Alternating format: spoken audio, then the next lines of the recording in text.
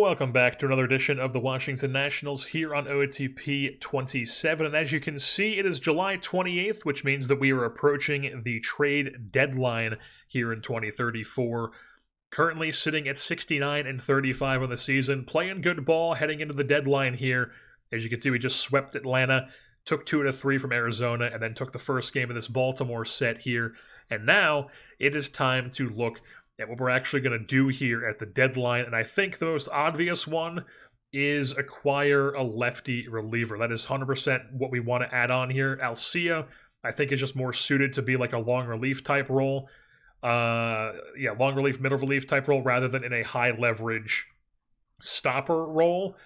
And then we also have Ortiz, who just hasn't been what he usually is. I'm honestly to the point where I'm kind of considering, like, his numbers aren't horrible, but he's also not looking great.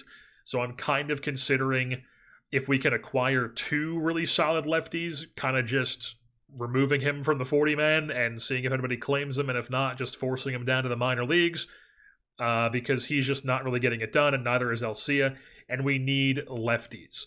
As far as the rotation goes, we have Skubal and we have Harris, who are for sure playoff starters. Kleeman is probably trending towards being a 3rd playoff starter. And then aside from that, like, maybe Alex Rouse starts in the playoffs. Maybe he's in the bullpen. Brian Florby just called back up. He was not getting it done in AAA.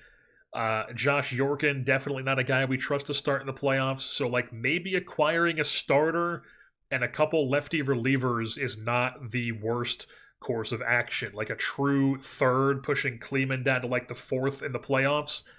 And that would be interesting to pair Skubal and Harris with another like legit dude, and then bring in a couple lefty relievers to push Alcia and Ortiz down the depth chart. Whereas on the hitting side of things, I really don't think we're going to acquire anything. I think that the bats are fine where they are.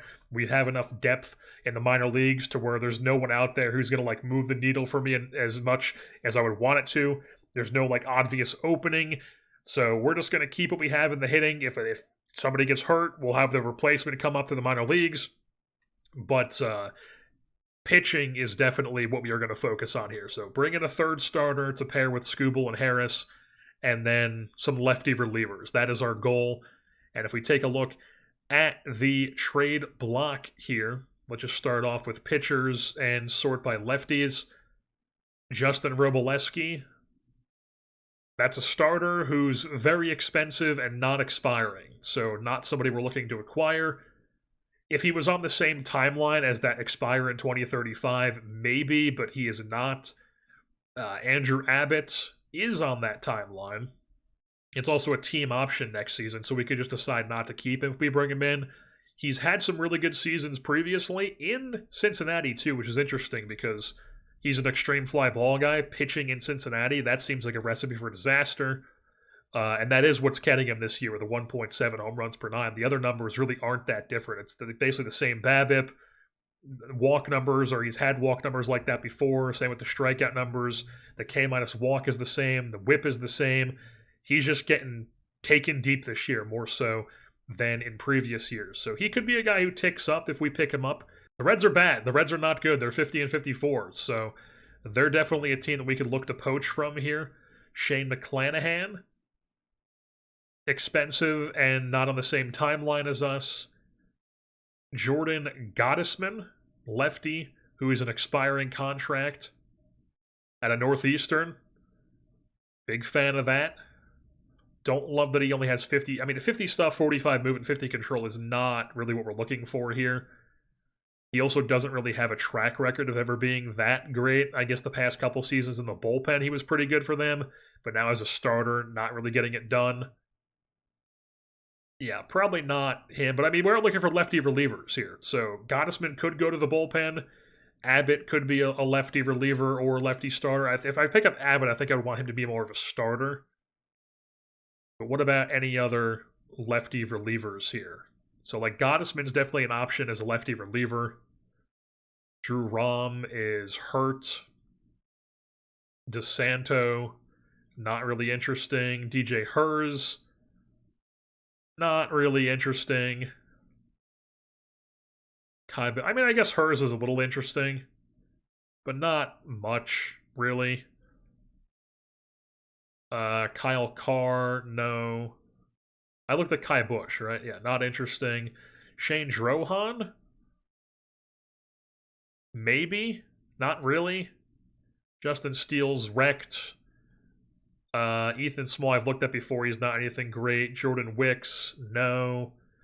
Yumin Lin is on my interested page because his control, I think, was actually higher at one point. Or it went up from 55 to 50, or 50 to 55.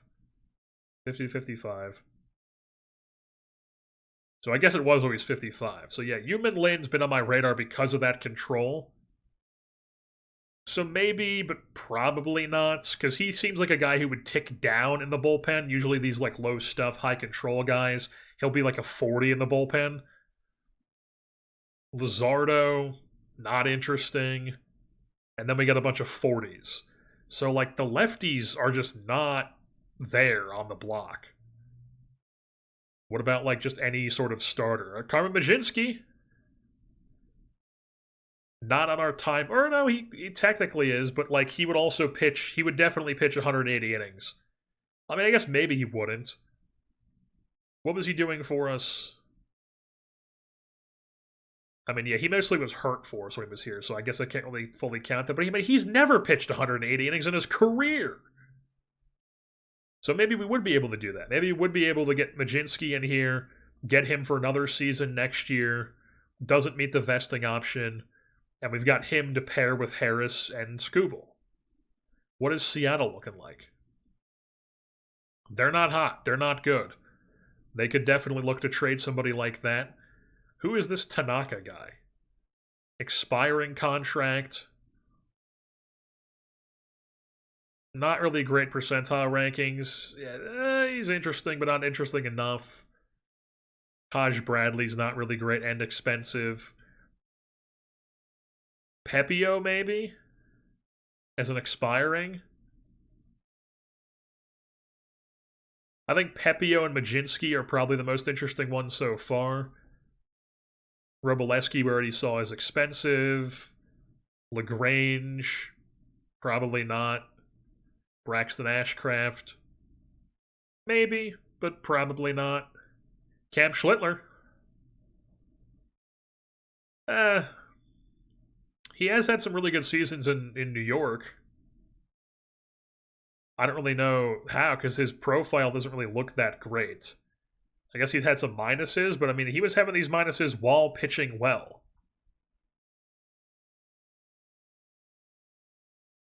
So yeah, I don't really. I guess because he was just healthy and pitching a ton is why he was putting up these win numbers.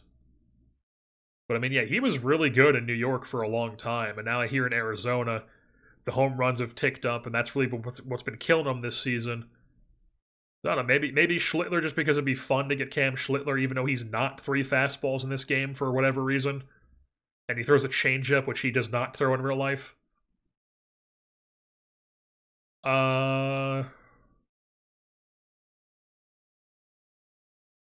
So yeah, I'd probably Majinski, Pepio, Schlittler are the arms that I'm looking at as starters. And then like Gottesman's really the only interesting lefty here to possibly move as a reliever.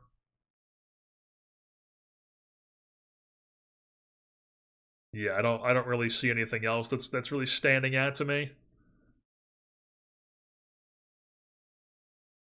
What would it take to get Majinski? He has a no trade clause. He doesn't want to come here, so that's fine. We can't even get Carmen Majinski. What about Pepio? He also has a 10-5 rule to veto any trade, and he does not want to come here.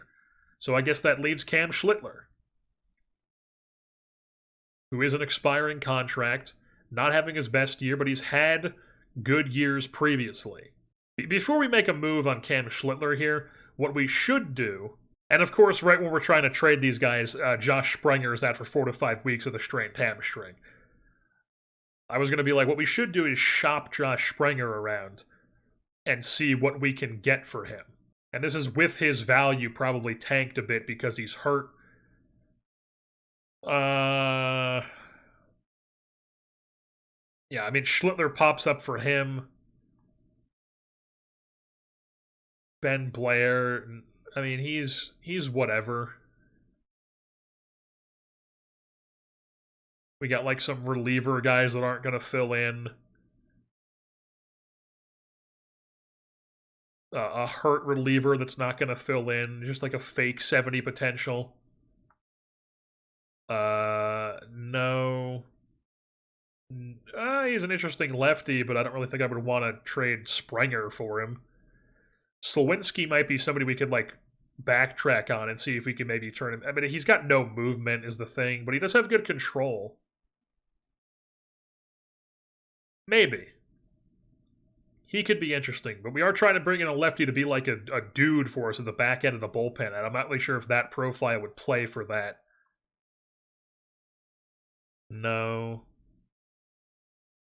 Another fake potential guy. I mean, none of these guys... I mean, this guy's okay. This guy looks pretty decent. He's still in arbitration. And the Royals are bad. So a guy who's like 3 years Major League service is somebody they could possibly look to trade. He's got some good percentile rankings here. What you would expect for a guy who's big-time control, decent movement. Not good personality whatsoever, but he has had some back-to-back good seasons in their rotation. So maybe. Maybe that Kyle DeGroat guy is interesting. But this is also just for Springer straight up, who I feel like is somebody who should have more value than he does. It's probably factoring in that he's hurt. Here's another guy who's fake and he's fragile. No. Kasparius is partially torn UCL. So yeah, really it's DeGroat and Schlittler are the only interesting guys in this bunch. I mean, that's a good reliever. But he's not a lefty, which is what we're trying to add to our... Because we have the righties in the bullpen. This guy could possibly start, though.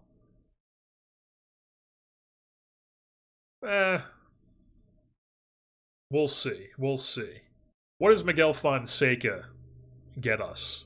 It's basically the same dudes. Looks like there might be a couple other guys. I mean, he's not on the same timeline. He's not really anything special. Not really anything.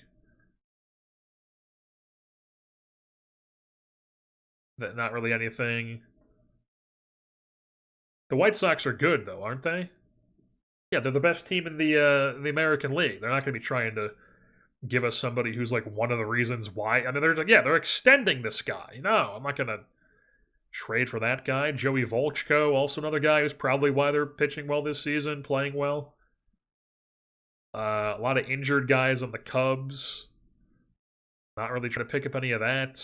Some more injured guys on the Reds. Fake guy on the Tigers. And he's hurt. Fake potential, I should say. Another fake potential guy.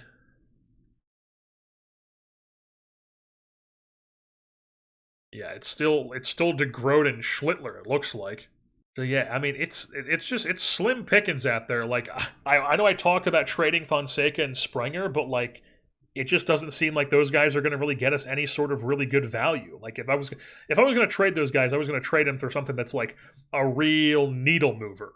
I just remembered that we traded Wellington Herrera to the Diamondbacks, and at first I was like, all right, let's just pick up Cam Schlittler here. We give him Brian Fleury, who's kind of really hasn't turned into what we wanted to, but maybe he goes to Arizona, figures it out, ends up in a more used role, to where else he's kind of just a depth guy. There, he would actually be like a part of their rotation, like legitly. And even if he's not, he'd be like a good reliever for them. Like, he would be on their big league team, whereas us, he's probably a AAA guy at the moment right now. So we give them Brian Fleury.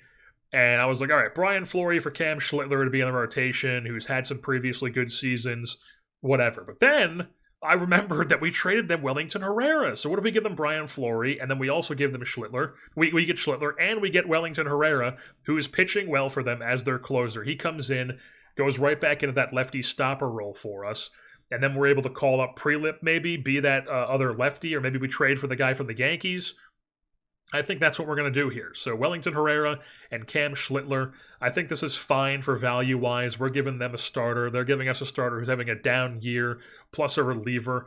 Or maybe I should give them something else. Here, also have John Bolton, who's like an overager, lefty outfielder, has some decent ratings, can play the outfield quite well. He's kind of tearing up Double-A the past couple seasons, and has no path to playing time for us, so maybe he plays for them. Brian Fleury, John Bolton, we get Schlittler and Wellington Herrera back.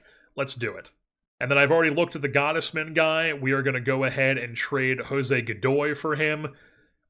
He's currently listed as a starter, but he's had some good seasons in their bullpen. We plan on using him in the bullpen, so it makes sense that they would be like, all right, let's try to get some value for this guy. He's not really pitching well for us. So we're going to get Gottesman, and they're going to get Jose Godoy, who might be a decent starter for them somewhere down the line. He's pretty far away from the big leagues, but he was our first-round pick in 2033, apparently. I already forgot about that because that's just how bad the draft classes are. Whatever. Godoy for, I mean, now that I'm seeing that, like the first-round pick, really? How about this? We do a little, like, lefty starter/reliever guy, kind of like just a swap of talents here. Jordan Gottesman joining his other Northeastern man in Cam Schlittler. And then we give them Matt DeLeon, who's like, I guess kind of just like a younger version who isn't really going to work for us because I just don't like the extreme fly ball guys. Maybe they make it work. Who knows? So they get Matt DeLeon. We get Jordan Gottesman. Let's do it. Alrighty, so here's what our new look staff looks like. Cam Schlittler is now inserted into our 6-man rotation. And then in the bullpen, it's going to be Matamoros closing with Herrera and Mateo Reyes as the stoppers. And then Gottesman, we're actually going to have 3 setup guys, so we can have Gottesman as one of the lefties, because I want Sime and Hollick in the setup/high leverage roles, but Sime is setup/stopper. And then Hollick is setup/high leverage, 6th or later for all these guys, 7th in close game for the stoppers. And then we have Agro and Rodriguez as the middle relief/setup. We don't have a long man right now. That might come back to bite us at some point, but we are, at some point going to get the extra men on the roster to where we can add a couple long men or maybe one long man and a batter, whatever we decide to go with there. And for now, we're going to rock with this, see how it goes. We may make some changes, but right now, and then we're making no changes to the lineups, like I said. We're keeping this with what it is. So currently, we are 69-35 here on July 28th. Where will we be at the end of the campaign? Holy smokes, people. Bobby Matamoros with a 23-game shutdown streak. That is a gold achievement here. He's got 27 saves. He's got a 2-win season. He's got 37 fit minus. He is incredible, folks. I mean, if only he had 30 stamina so I could use him more. He is so goddamn good. Apparently, one of our double or high A starters out of the South Atlantic League here, Jerry Rivera with the Wilmington Blue Rocks, just threw a no-hitter here on August 6th. He is 22 years old, 55 potential guy, scouting discovery in 2029. Had a good season in A-ball last year, now in high A this year, absolutely dominating the level, putting up a no-hitter here this season, as he could probably hang in the Eastern League.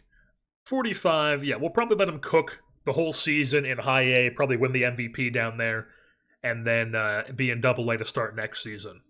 Also, folks, I'm just stupid because I totally forgot about Dax Hardcastle. I was like, man, did I really construct my team to where I didn't have like a legit 3 behind Skubal and Harris?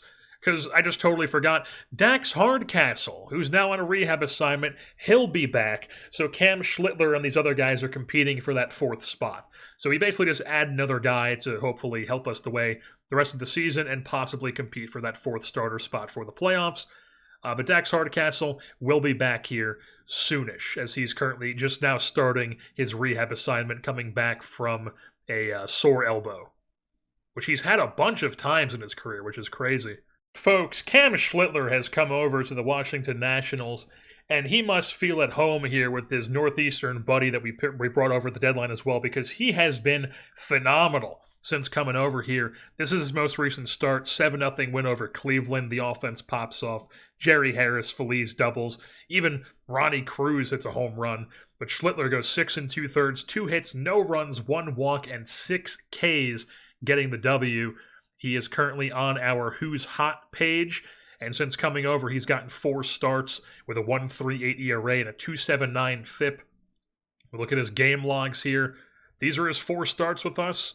The first one, a little bit shaky, but then the last 3, all really, really solid stuff going. So he's dropping that ERA, really competing for that potential 4th starter spot in the playoffs. 72-game save streak? What now? He had 72 saves in a row without blowing a save. And then finally, the Cincinnati Reds did it to him here. Late August. Yeah, so he didn't blow a save all last season, and he has 1 this season.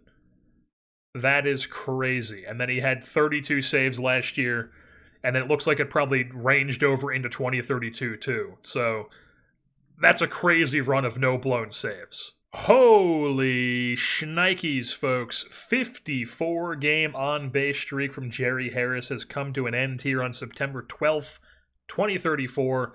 That is a crazy streak. My goodness. Holy smokes. We have won 108 games here in 2034.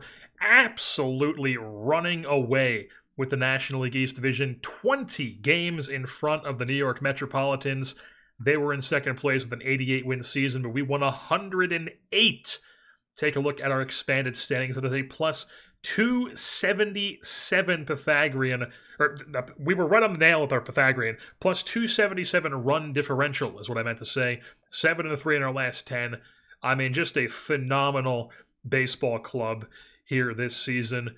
The best team in the American League ended up being, run differential-wise, the Houston Astros. Record-wise, it was the Chicago White Sox. And then the number 2 team in the National League is the St. Louis Cardinals of the Central Division. So the 2 buys will be Astros, White Sox, Nationals, Cardinals. Obviously, let's take a look at what we did on the team stats. Lots of 1s and 2s I'm seeing here. Second in average, and then first in OBP, slugging, OPS, WAR, WOBA, runs scored. Second in hits and extra base hits. The most home runs, the most walks. Third least amount of strikeouts. Don't steal a bunch of bags, but then we do base run quite well.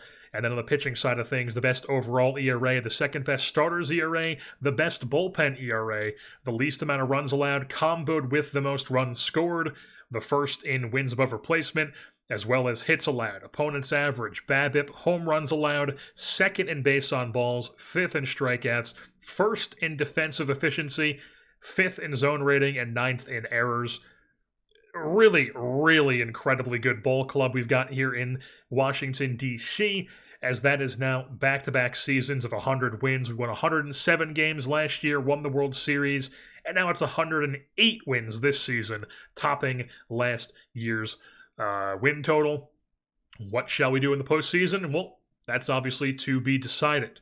And before we go over what our actual team did here, we should talk about how we do have an injury. Unfortunately, Mateo Reyes will not be on the team here in the postseason. He got some rotator cuff inflammation towards the end of the year, about mid-September. Had a really good season in our bullpen, 58 innings with a 125 ERA plus and an 89 FIP minus. Did his job. Unfortunately, will not be in the postseason for us. But we do still have a lot of solid arms and whatnot on the team here. You can see here we've got some injuries. Had a decent amount of injuries down the stretch, but most of these guys, if not all of them, should be ready to go for the first season or the first postseason series here of the DS. So let's take a look at our pitching side of things.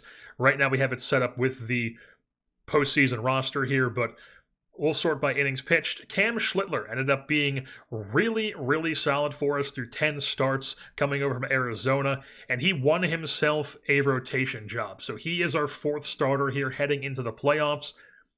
Congratulations to him. He was phenomenal. Love it.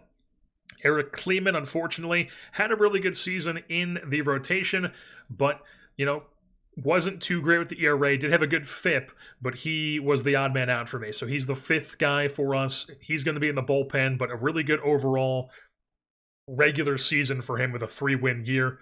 And then we have Alex Rouse, who kind of struggled down the stretch. He's now in the bullpen for us.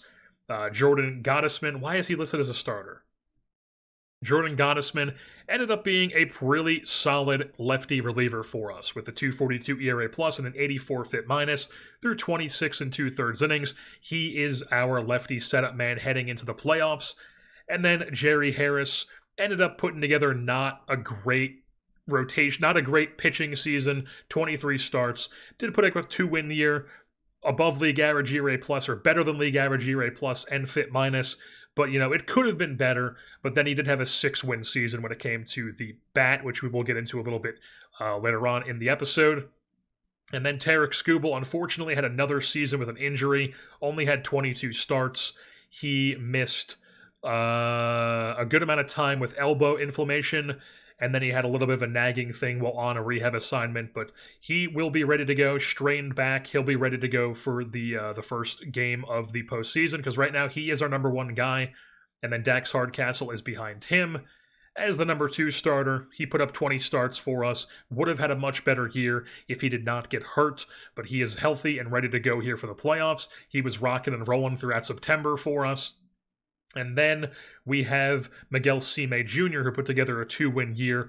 He was in a bunch of different roles. He was in like a long relief role, and he was in a setup role, and he was in a stopper role, and he did well in all of those. 2-win year, really good, 135 ERA plus and a 79 FIP minus. Struck out a bunch of guys. He does his thing for us. And then Edwin Alcia, he is back on the team in a long relief role. He was good with the ERA, not so much with the FIP. Gave up a bit too many home runs this season, unfortunate to see. But I don't think it's a long-term thing because it's never been a problem for him, and he has 60 home runs allowed. So just kind of a fluke year for him in that regard. And then Wellington Herrera came over from the D-backs at the deadline and just went right back to what he was doing. Just continues to be a really good lefty reliever for us. He is our lefty stopper right now. Love to see it. He's back on the team. And then Jose Rodriguez. He was in a middle relief, then he was in a setup role when he had some injuries, and he was good in all of them. Once again, back on our team as a guy who limits home runs, doesn't walk as many as you would think, and strikes out a ton of guys as a crazy fastball, curveball, changeup guy. And then Eric Agro, he got hurt towards the end of the season, forearm inflammation. Only a week left of that, so he should be back for the postseason, but maybe not. It might be like 1 or 2 days for that first game, so he's going to be on the postseason roster, but he might not be available for like the first or second game. But overall, he had a good season in our bullpen for us.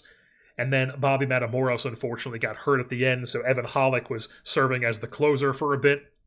But 32 starts, that's 3 straight seasons of exactly 32 saves for Bobby Matamoros here, as he puts together 3 straight if you round up.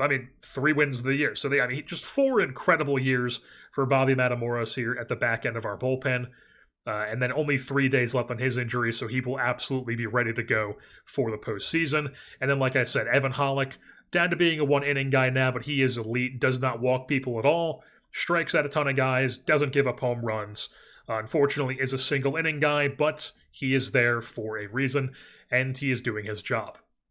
And then move things on to the hitting side of things. We'll sort by wins above replacement, where Jerry Harris put together a 6-win season at the plate with a 160 WRC plus, 34 doubles, 39 home runs, 18 swiped bags, drove in 100 runs, scored 121 runs, walked more than he struck out for a second season in a row. He's phenomenal at the plate. The bat is definitely more advanced than the arm at the moment, but the arm is still serviceable enough to where he is one of our guys. Honestly, with the arm, with the way he's pitching, we should probably make it to where maybe Schlittler is the third because he's been pitching so well, and then Harris is the fourth. We'll come back to that, but we might do Schlittler then Harris as 3-4. And now going back to the arms here, or the bats, Angel Feliz, really, really good season for him. 6 wins, 127 WRC plus, 26 doubles, 27 home runs, triple-digit ribbies, 83 runs scored, walked a decent amount, had a good OBP, 800 OPS, swiped 29 bags at a 27 home runs with 29 swiped bags. And then also still is an elite defensive shortstop with a 10.2 ZR, doing his thing. Incredible player for us. And then there's Luis Hernandez, mainly with the glove, but still a very productive player. 3.5 wins for him, triple-digit WRC plus, 30 doubles, 15 swipe bags at not a great rate, but an 8.2 ZR at the third base position. 8.6 actually, and then had a minus in some spot games here and there at shortstop whenever Feliz needed a rest. But really, really good defensive third baseman, obviously. And then Harry Ford actually did get hurt towards the end of the season, put together another 3.5 win season, just continues to be steady Eddie. Heart and soul this team, behind the plate, doing his thing. Did not quite get 100 games played this year because, like I said, missed a decent amount of time with a severe hip strain. But then while he was out, Melvin Jimenez and Caraballo really got it done, as Melvin Jimenez put together a 2-win season for us as the backup catcher. Really, really solid year for him. 65 power coming off the bench with 15 home runs. Love to see that. And then also, solid framing, too. Pretty solid catcher. So him and Harry Ford are quite the tandem there at catching. Dylan O'Ray, towards the end of the season, really started coming along. He was the leadoff guy when Harry Ford got hurt. And if we look at his splits here, August and September really turned it on when he was leading off. So he's going to continue leading off here for us in the playoffs, and hopefully he's able to set the table for Harris, Feliz, and Wood behind him. And then we also have Luke Corsia, who, like I said, I was expecting him to really get into groove here at the end of the season, and what do you know? He's up to an 80 gap power. The contact is really good, the speed's really good, and he put together a 3-win season with a 123 WRC plus, 23 doubles. He's ready to rock and roll here for the playoffs, and he was a decent left fielder for us. Never going to have a good arm rating because he has a noodle arm out there. He's Brett Gardner. Not quite Brett Gardner, but, not exactly a strong arm either out in left field. And then we move things on to Mike Sirota, who ended up actually playing some right field for us down the stretch while James Wood had an injury, but decent enough center field. Not quite as good as he has been in previous years, but he's got 70 range, so I feel like it's just kind of a fluke out there. And he had 30 home runs, so big-time power boost for him this season. Love to see it. Mike Sirota joining 2 other Northeastern guys on the roster now with Schlittler and what's his name? Gottesman. But now going back to the bats here, Brady Ebel ended up cooling off down the end of the stretch here, but still put together 26 doubles, 29 home runs with a 800 OPS. He was still really good. So he was good for us in the playoffs last year. Good overall. Hopefully he's able to put together here in the playoffs for us. And then James Wood, unfortunately, just did not have his best season. Still a really good bat, but not quite really peak James Wood anymore. 2.3 wins. Had a little bit of a nagging injury, missed some time with some knee tendonitis where it was like a 3-week day-to-day thing, so I just put him on the IL for that time being, and now he'll be back in 4 days from that, ready to go here for the playoffs. I just did not want him playing through that and nagging that here in the month of September, so that's why Sirota was playing right field, and we had that guy we picked up from the Orioles playing center field for us. But overall, James Wood, still a very good bat, obviously. And then we talked about Jimenez. Ronnie Cruz did his thing as a utility infielder. Tamariz and Picott weren't too great this year, but, still valuable players to have on the bench. Like I said, Josh DiCastillo here, he was the guy who played center field down the stretch. Got 13 starts, around a league average bat, 2 home runs, 3 doubles, drove in 7 runs, scored 7. Did his thing, and played a decent enough center field in that time, while also putting up a 6 ZR in center at the AAA level for us this season. So, probably going to be a guy who's probably in contention to be a 4th outfielder next year, and definitely somebody we'd like to have here on the roster. I thought about possibly benching or taking Picott or Tamariz off the playoff roster and putting Castillo on instead, because right now the backup center fielder is our starting second baseman in Dylan O'Ray, and then Picott only has a 40 rating in center field, so if something happens to him, we don't really have a center fielder right now, so I was kind of possibly thinking about maybe taking Tamariz or Picott off of the 40-man roster, but I mean, they're both just on paper really solid power bats who don't strike out, or at least Tamariz doesn't strike out, and Picott, really solid power bat with gap power and eye. So, they're bats that I would want on the team, whereas Castillo would be more so here for his pinch running and defense, but these guys can run too, and Picott and Tamariz, so I'm not 100% doing that, but I think I'm going to keep Picott and Tamariz as bench players. And then, maybe if we run into an issue with that, after winning the first round. Then the second round, we might think about possibly putting Castillo on the roster. But for now, we're going to rock with this. And then also, like I mentioned, Caraballo was up for a little bit here in the big leagues while Harry Ford was hurt. And he ended up getting 22 games, 70 plate appearances, around league average WRC+, 5 doubles, home run, 8 ribbies, 11 runs. He did his job.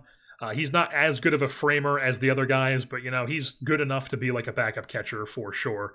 And he's a really solid third catcher on our team for us right now. But now taking a look at the league leaders around Major League Baseball here in 2034, your American League batting title winner was Kevin McGonigal of the Detroit Tigers, while over in the National League it was Lance Smithkill, a man out of San Jose State University. Huge power. I mean, just all around elite hitter here. 8-win season for San Diego. Came out of nowhere for them. Not really nowhere, but this is this first season where he really arrived as like, okay, I'm one of the best players in baseball now.